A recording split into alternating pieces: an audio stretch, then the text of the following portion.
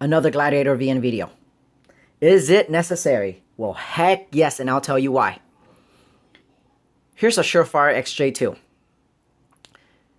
Basically, this is the benchmark from Surefire for the P60 format. Surefire is the inventor of the P60 platform. This one in particular is a 6 volt, runs on 2CR123, and has an incandescent bulb that push out about 120 lumen. All right. Then come along the aftermarket P60. Now you have a choice of smooth reflectors or orange pure reflector, a brass light engine with a circuit, and because LEDs are current controlled, you can now have different level of outputs, different modes, blinky, all of that stuff. And LEDs, you can also have a choice of different tint. And LEDs are brighter by nature than incandescent, at least in P60 format. Now we're really upping the game. 120 lumen here, and say with an XPL, you can have about 1200 lumen with the newer aftermarket design.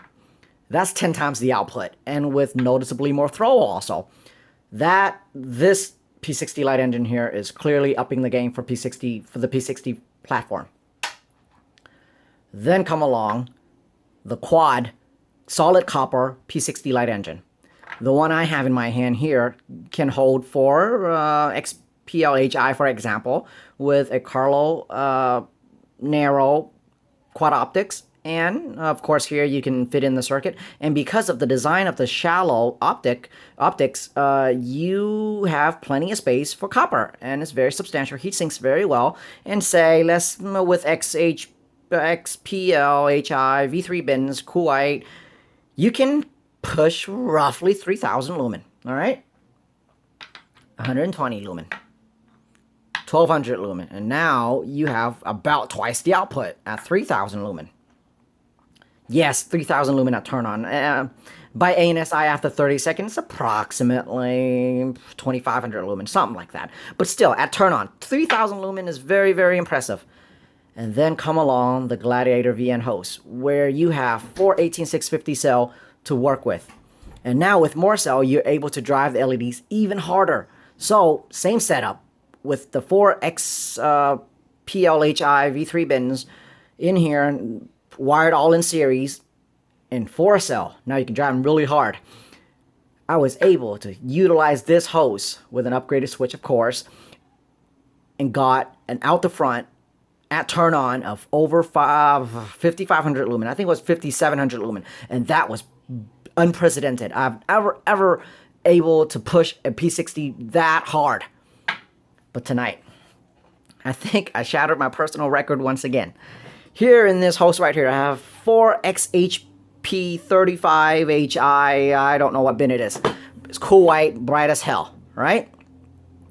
All wired in parallel now, because we have 4. It's a 16 volt LED. Now we have 4 Sony VTC5 in series, and amazingly the FS54 switch is still holding on, right? And take a while to guess how hard we're driving this platform now. At turn on is 70. I have my notes here. 7250 at turn on, right? Over 7200 lumen at turn on. That is just insane. And after 30 seconds, it settled down to about what do I have here? 5700 lumen.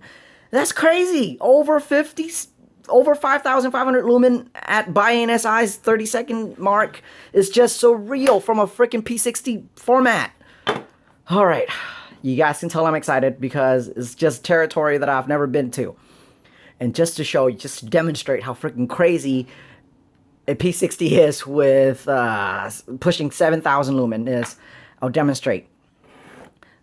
Here's a basic cardboard box, right? And I'm going to turn this on and we'll see what happens. And almost immediately, the sheer amount of output coming out of this light engine put this box into smoke. Crazy, right? And this is really messing up the box bad in a really quick time. Look, I'm going to turn it off. I'm going to put it at a different location just to see how quick it does it. And look, almost instantaneously, it lights this box up into smoke. Yeah, that's how crazy 7000 lumen output is from a freaking P60. Who would think a P60 would light up a box that